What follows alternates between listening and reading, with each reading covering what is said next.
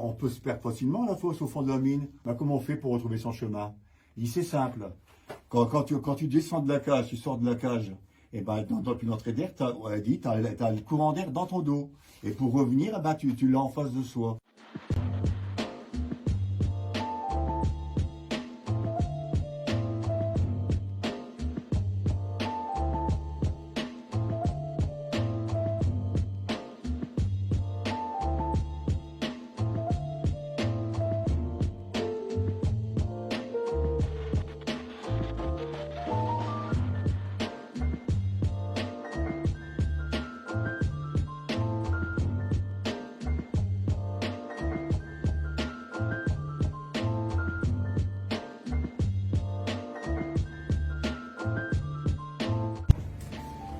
Donc là, c'est votre local? Ouais, ici, on a encore une locale qui nous ont laissé. C'est quoi ça? C'est le livre d'or? Ouais, c'est le livre d'or. 1, 2, 3, 4, 5, 6, 7, 8, 9, 10, 11. La moitié, ils sont plus là.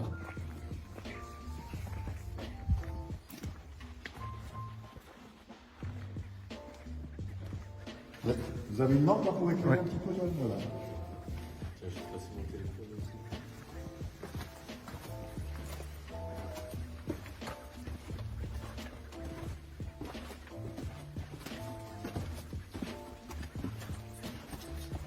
J'ai mon moniteur, il s'appelle Fernand Dievert.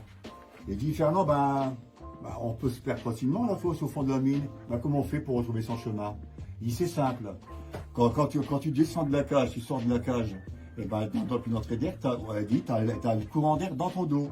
Et pour revenir, tu l'as en face de soi. C'est dans le vocabulaire mais des mineurs.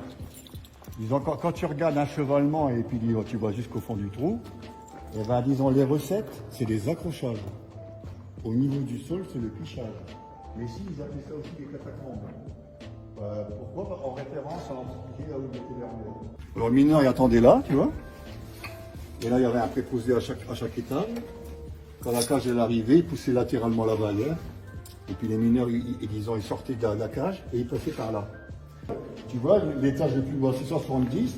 Et puis, la profondeur du bougnou, 28 mètres, et 698 mètres. Et donc, quand tu voulais descendre à la 670, tu descendais là, du côté là. Et puis, si tu veux descendre de l'autre côté, tu descendais de l'autre côté. Là, c'est celui-là. Tu vois là. Jean, c'est pas mon prénom, c'est la veine et c'est le chantier, et puis Isaac, c'est mon nom.